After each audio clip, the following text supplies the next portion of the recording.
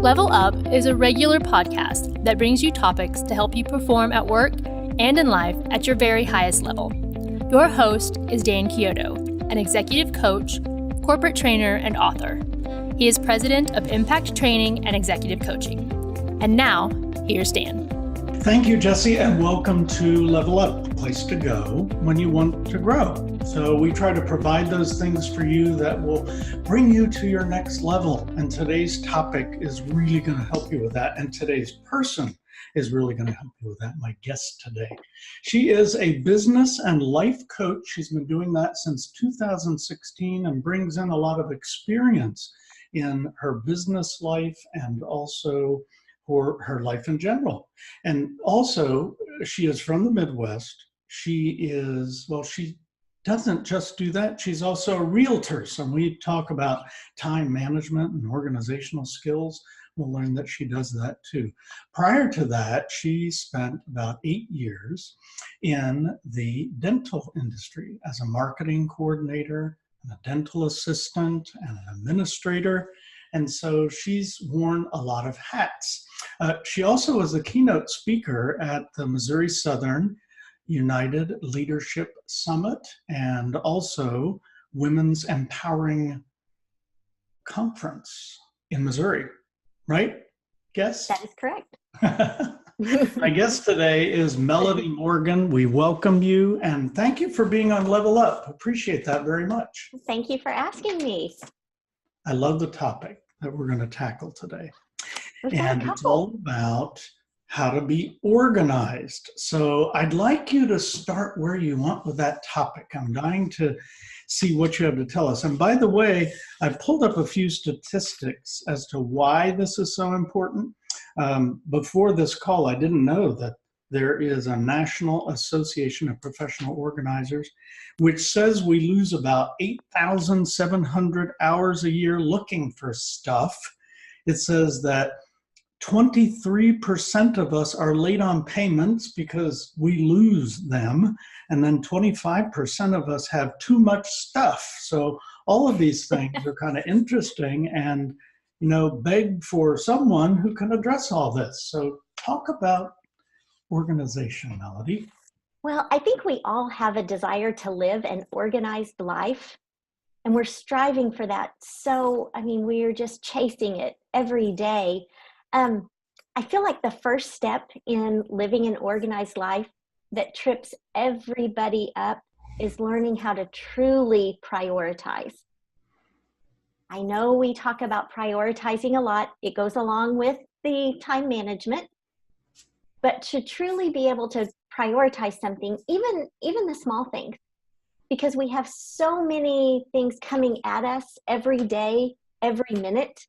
We have a text message coming through and an email, and now our phone is, somebody's trying to reach us on a call. And sometimes that just becomes so overwhelming that we just shut down. Or we feel like we have to answer to every one of those things that are beckoning us, when sometimes we really don't.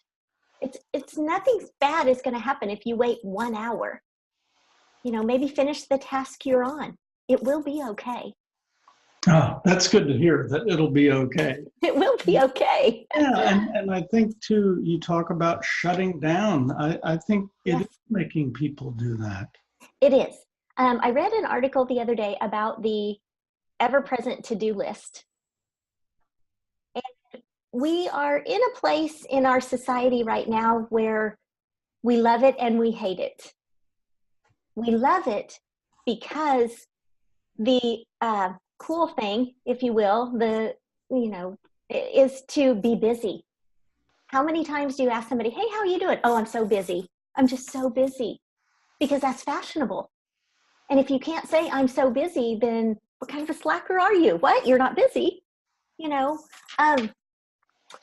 So that to-do list, again, brings us comfort, but we hate it all at the same time because we feel like we never get it done. It's never completely done. But we're our own worst enemy because we want to be so busy. We think it's fashionable. We think we have to be, that that's a measure of our success, is to be so busy that we keep putting things on it. we keep adding to it. So we're in this vicious cycle. And so that to-do list becomes, again, kind of our enemy, but our comfort all at the same time. But that to-do list goes back to what I said before.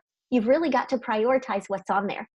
I've been guilty of my to-do list. I tell people all the time, there was a point in time where I would put something as simple as stop and get gas on my to-do list because it added something. My to-do list wasn't quite full enough. It added something, and that was something I knew I could cross off for the day.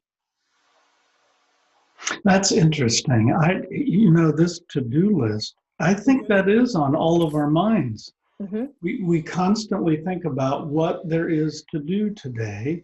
Mm-hmm. And you're right about that it's fashionable to tell people how busy we are. And as you say that, I think that's probably the last thing that person wants to hear or needs to hear, because they're busy too, right? They are busy too. Yeah. And that's probably what they're thinking in their mind is, you and everybody else on the planet. What they really want to know is, how are the kids? How's your wife? Are you taking a trip this year? But we're afraid to talk about all of those things because, again, we're measuring our success by how busy we are. Mm-hmm.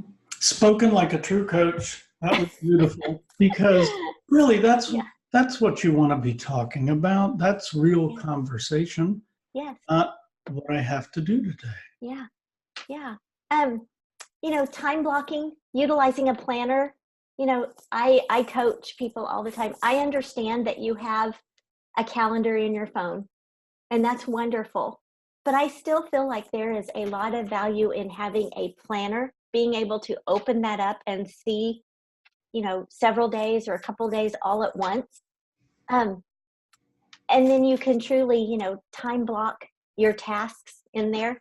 Time blocking, if you can master time blocking, it really allows for no wasted time. Tell us what that is. I like that term, time blocking. Yeah, time blocking. You can have a specific list of things that you need to get done today, but you allow the appropriate amount of time for those things. If you need to answer emails and it's going to take you an hour to get through all your emails, block an hour. Stick to if you want to do that at 10 o'clock in the morning, block that hour for answering emails and stick to it.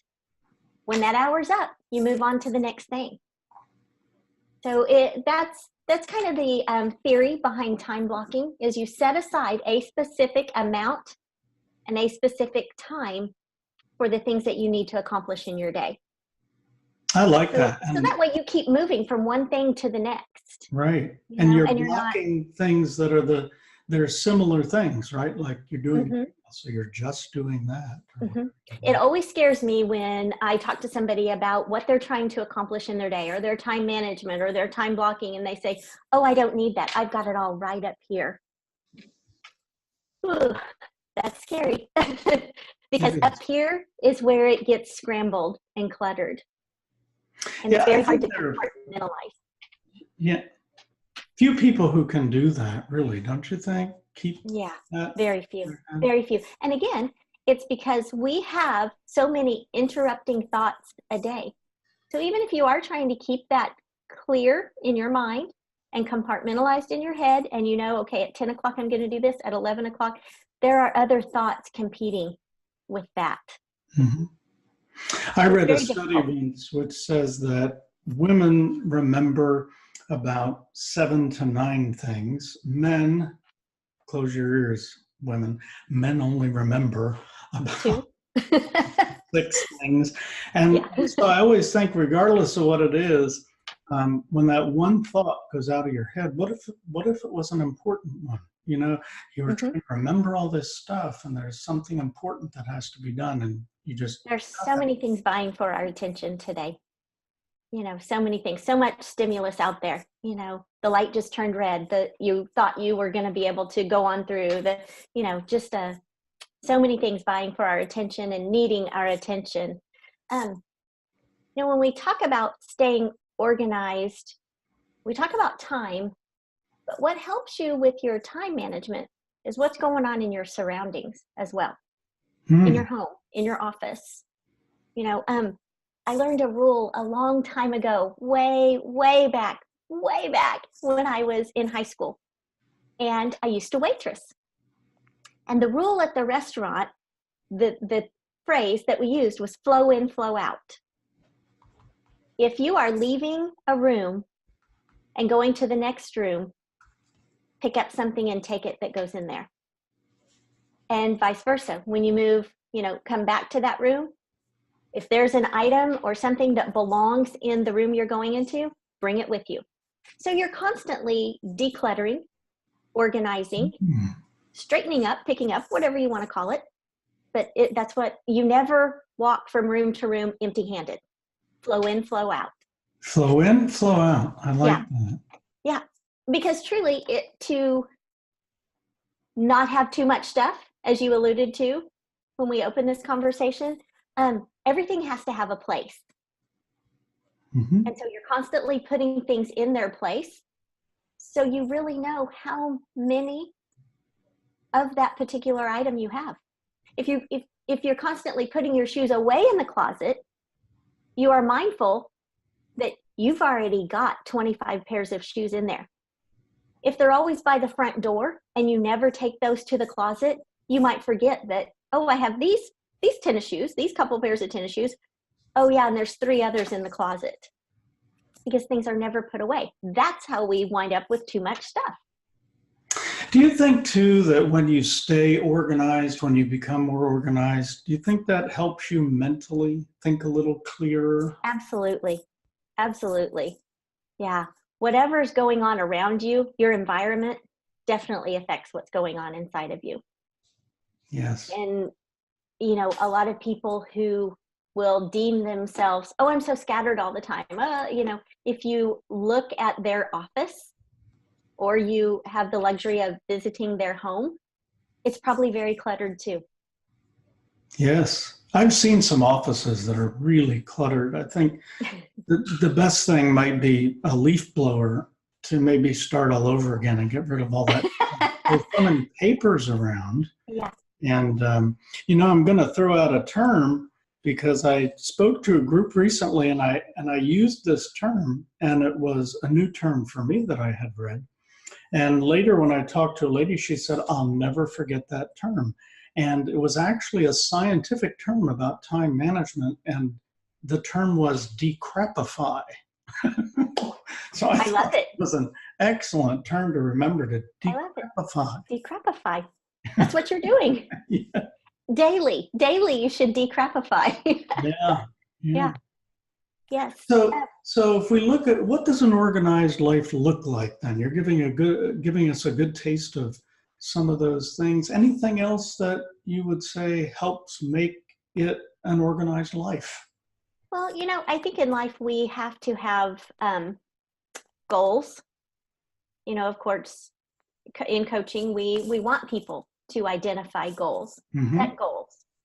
I think the most important thing with a goal is not how you define what that goal is, but the deadline or the target date that you put on it.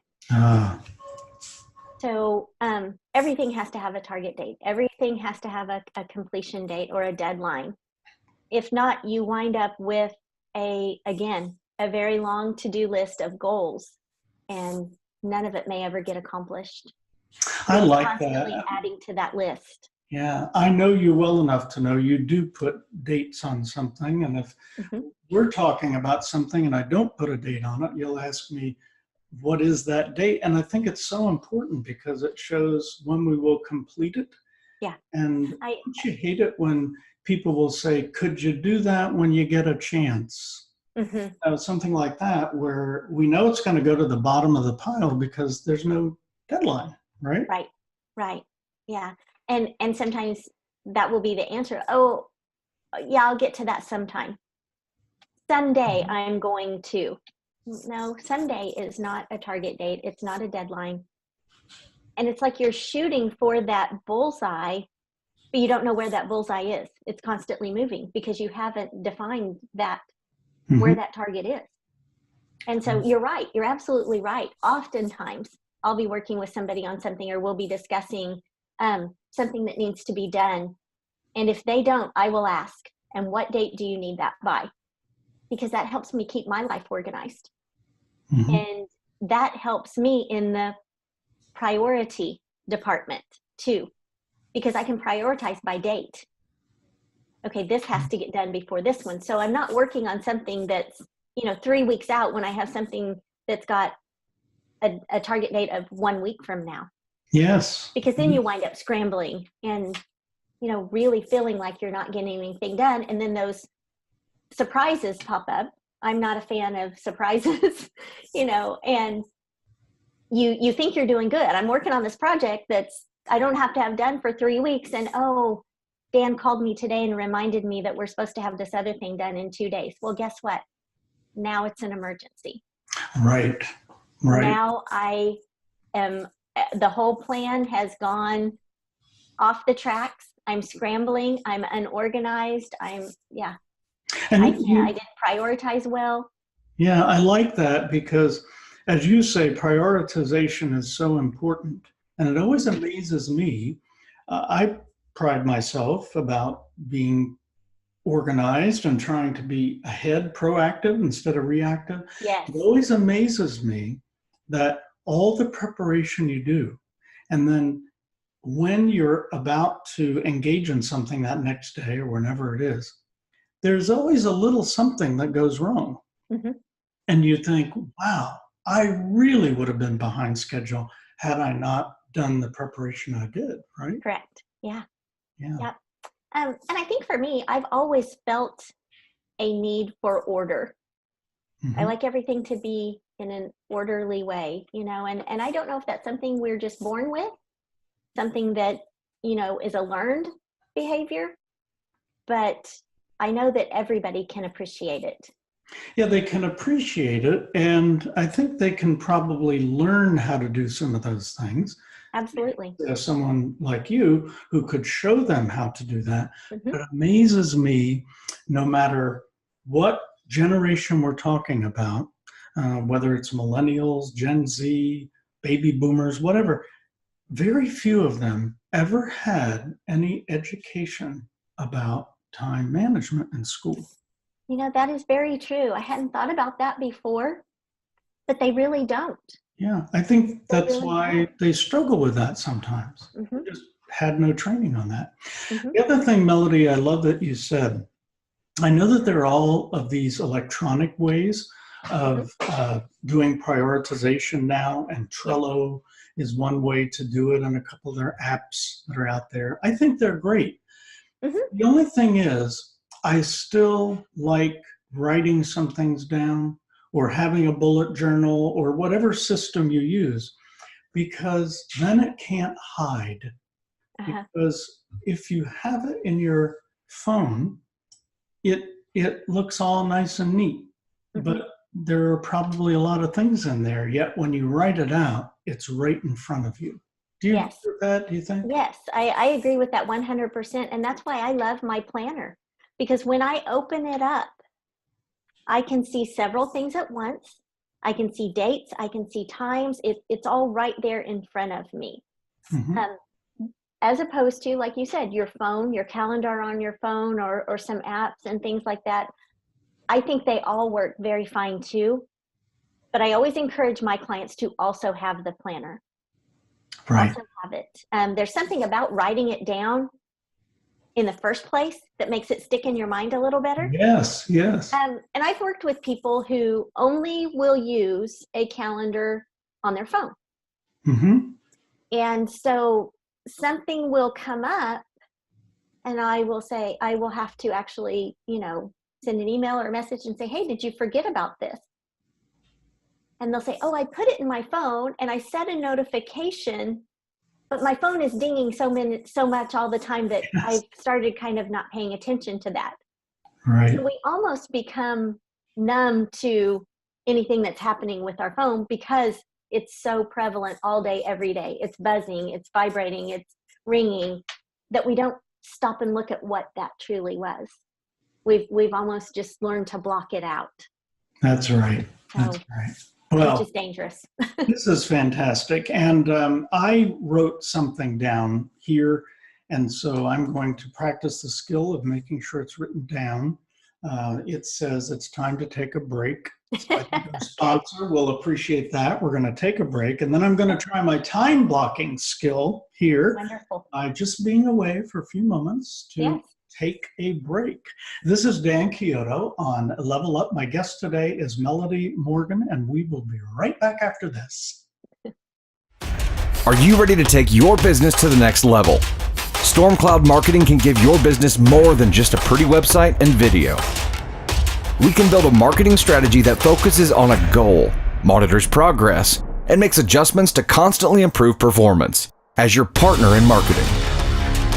It's the tools and quality you would expect from the big city agency, but in downtown Joplin. Storm Cloud Marketing. It's time to strike. This is Dan Chiodo, and we are back after our break. We thank our sponsor for that very much. And we want to get back to talking to Melody Morgan about organization, that organized life, and how we achieve that. And I thought now it might be good to look at some of the things that Melody has done and does, and just see how time management works there. So I want to start with the dental industry. It seems to me, I've seen you work in that field before, and it seems to me that people would pretty much have to have good time management skills and organizational skills to work in that industry. Is that true? That is very true. That is very true. Time management in the dental industry, in the dental office, if you will, is so very important because we have to remember we are working on a schedule. We have scheduled appointment times for those we're serving, for our patients. And I know that folks out there have been to the doctor or the dentist, and they've had, maybe a 10:30 appointment, and 11 o'clock, they're looking at their watch and they're like, well, my appointment was at 10:30, but that's first and foremost poor customer service. Secondly, the schedule is so very important from a business standpoint, because a dental office, a medical office, whatever you want to talk about, is a business. So there is a certain amount of productivity that needs to be happening for the profitability of the business. And so the dental offices that I've worked in, we utilize the time blocking, like we talked about earlier, for specific procedures. We know how long each procedure should take, how much time the dentist needs to be in the room, how much time maybe the hygienist needs to be in the room. It's a well-oiled machine. It's finely tuned when you're working with a schedule. And again, the schedule provides great customer service for our patients. And it also allows for maximum profitability for the business, for the office. That's a very good point. And I think that has been such a great benefit to me, because for many years, I started out with medical teams for a few years, and then transitioned into dentistry, was in dentistry for 18 years, and everything revolved around the schedule. And so everything in my life now for time management revolves around a schedule. I have a set time, a set amount of time for nearly everything that I do during my day. Yeah, I think you learn from that.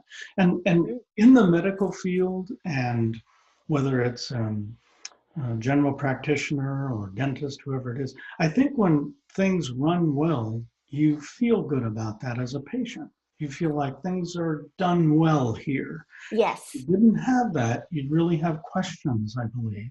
Yes. Again, that lends to, a great patient experience, stellar customer service, because they can see and feel the vibe of the office.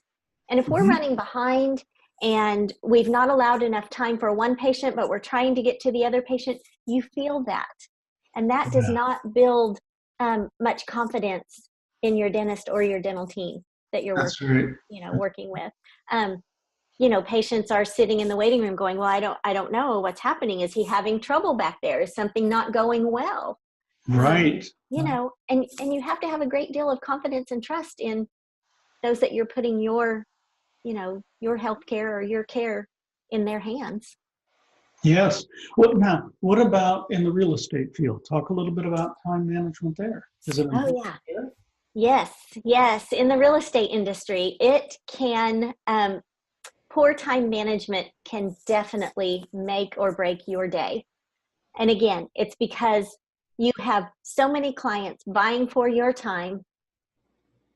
And there are many, what I call variables, or those little zingers that come through. I didn't anticipate this, but because I have great time management, I can allow for it.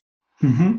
Mm-hmm. You have somebody who wanted to look at, we plan to meet at 6:00 in the evening. We're going to go look at 4 homes. I should be home by 7:30. And you meet with them and they have 3 more that they would like to look at. But I've allowed enough time that we can do that. Mm-hmm. Because again, we have to be very mindful of and respectful of the time for those we're serving as well as our own time. That's interesting, because here, as you talked about the dental field, you have everything done with precision, Yes. about how long things will take. So we're moving right along, and it looks great to patients, to others. Now you go to the real estate field and things can happen. People maybe don't show up, or they want to see more, but we still have to make it look like it's precision, don't we? Or yes, we do. It's a realtor. Yes, we do. Again, because we want them to be confident in doing business with us, and we want them to feel like they are, special to us. We have their best interest at heart. We want to do whatever we need to do to help them find the home of their dreams. It's not that things are always predictable in the dental office. Occasionally you may, have a situation you hadn't anticipated, an especially fearful patient that you've got to spend a little more time with. But for the most part, those two industries can function very much alike in the precision, in making it look like it's a well-oiled machine, that everything is under control. It's handled. Yeah, that's great. That's great. And now I know, because they probably block a little time when I call my dentist and say, can you squeeze me in? And sometimes they can do that. That must mean that they were prepared for people like me too. That is correct. We do. We do block in the time for emergencies, or time for, just with a question mark in that time block, because we know it's going to happen. That's right. That's a lesson to us too, that probably dentists, doctors, lawyers, whoever it is, they probably leave this block of time that is just in case. It's just a buffer. Mm-hmm. And buffer is a very good word for it. Many of us, we don't do that. We don't leave the buffer, because I don't care what field you're in, you need a buffer. Yes. And that happened to me just yesterday. I had an appointment scheduled, and then I had to be on a conference call somewhere else in town. And I looked at that and I thought, it could work, but I'm not entirely comfortable with it. So we pushed that phone call back just a little bit in my afternoon, because I said, I'm scheduled too tight. Mm-hmm. Anything could happen. That's right. What if I forgot to get gas that was on my to-do list and now I have to stop and do it? There's just, when you're dealing with people are people. You just never know. Well, and when you add the buffer and you realize that things can happen, you need that extra time. It certainly makes it less stressful. Mm-hmm. And when you're thinking, well, I think I can do this, even though it's not very practical, that I think I can make it. And you really, it's not. And sometimes when you are rushing, you didn't quite have enough time, so now you have arrived just in the nick of time, and now you're rushing through it. You're not doing your best job. Mm-hmm. That's right. So. I want to move on to something that was very interesting as I was looking over your bio. Okay. Which was very impressive, by the way. Thank you. Looking over your bio, and you mentioned your tribe in Yes. there. And I love that term. Yeah. And I wanted you to talk about that a little bit. Just what tribe are you referring to, and what is that concept to you? Some people call it their inner circle. Some people call it their tribe. It can be comprised of friends or family. It's just those that are closer to us, and it's people that will unapologetically tell us the truth about something if we need to know it. But it's a sense of belonging to something. It's a sense of belonging. Maslow's essential needs for humans. One of Maslow's essential needs for humans is the need for belonging. So we all have that. We have that need for acceptance and love and respect, and we depend on relationships to get that for us. And it's easiest to get that from our tribe, those that are closest to us, those that we trust, we respect. We know they will be brutally honest with us when they need to be. And they have our back. They're there through good times, bad times, and they will defend us to the bitter end. Mm-hmm. And they want the very best for us. So, there's such a change in the way we are living today with social media, and with not really necessarily even having to go to an office to work. Many people work from home. Again, we have social media, we have email, we have text messaging. We essentially could go all day long and never come into contact with another human being face to face, and still be productive in a work day, or, and that's great. That can be wonderful, but it also lends to a certain amount of loneliness. People are made to be around other people. So, we're starting to feel less connected. And so we have to have that tribe to keep us feeling connected. It would be very easy to only have friends on Facebook. Yeah. But we need to do that. We need to, go to lunch once a month with our girlfriends. We need that. It's an essential need as a human being. I have a really good example that I tell people all the time is the need for belonging is so powerful that if you don't have a tribe of people that you trust, then you have such a powerful need for that belonging. That's why people join gangs, because they want to belong to something. And that's not a healthy way to get, to satisfy that need for belonging, but that's why that happens. So, Yes. The number one indicator of living a long, healthy, happy life, if you ask, those in the medical world, or, our healthcare providers, the number one indicator of living a long, healthy, happy life is the quality of your relationships.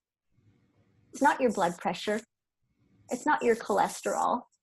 The number one indicator is the quality of relationships. That says a lot. That Yes. speaks volumes. Wow. Thank you so much for sharing that, because we're talking about living that organized life and time management, and you sharing the whole concept of tribes with us. It makes me feel like, wow, I want to have enough time. I want to handle the rest of my life so that I have time for just what you're talking about, for being with others. Yeah, that's what you have to remember too. That's a very common excuse. I'm too busy. I don't have time to go to lunch with, my two girlfriends that I've known since high school. and spend an hour. I'm too busy. Don't be too busy. Your life depends on it. Right. Really, it does. I'm always amazed that people get their vacations. And so they have like 1 week, 2 weeks, 3 weeks, whatever it is. Uh-huh. And so you're encouraged to take your vacations. And so you do. Mm-hmm. Now, what's interesting is that week before vacation, you're probably working very productively because you want to go on vacation. So you are getting everything done. Mm-hmm. And then you go on vacation. Let's say you don't touch work for a week, and now you're back, and that week is probably going to be pretty busy. Mm-hmm. So my question is, we had time to take a whole week off, yet we're always saying, too busy, too busy, too busy. It really makes you wonder if we don't need to analyze how we're using our time and think about some of what you've told us today. Mm-hmm. About I agree with that.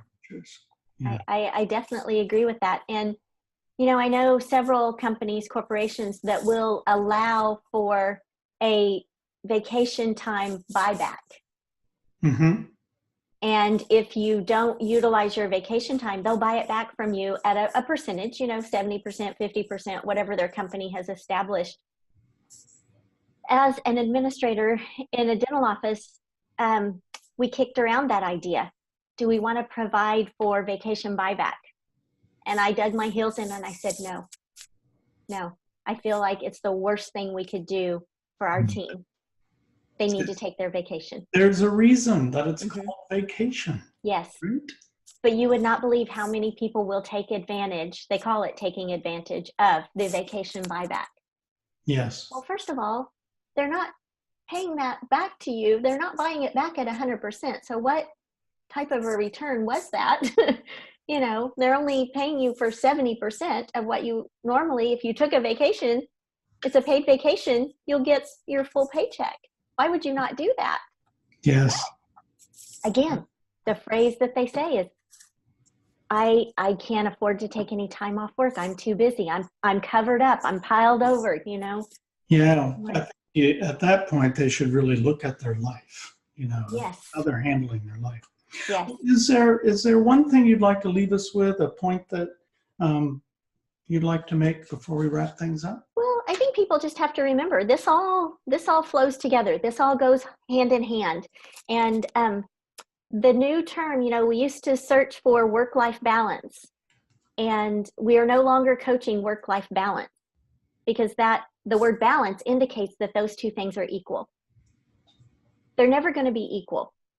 There's no delineation, hardly at all, because of the rise of the smartphone between work and home life or personal time.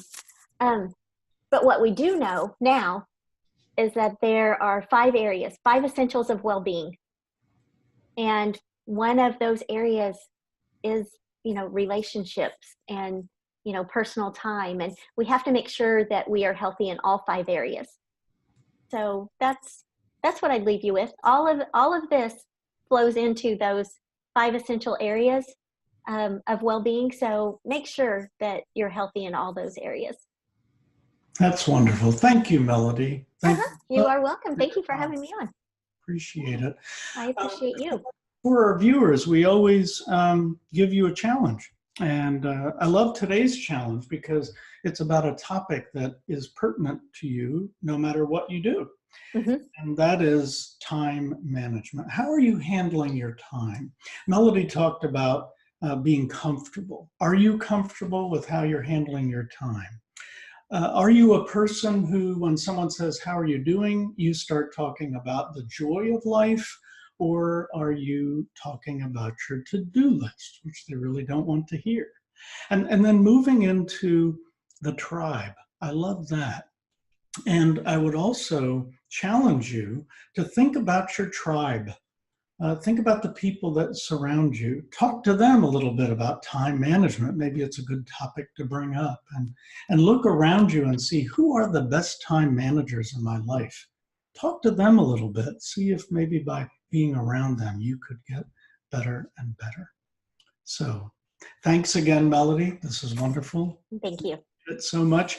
And also want to salute Storm Cloud Marketing for putting this podcast together, for Dustin and Candace Storm and their remarkable team for what they do.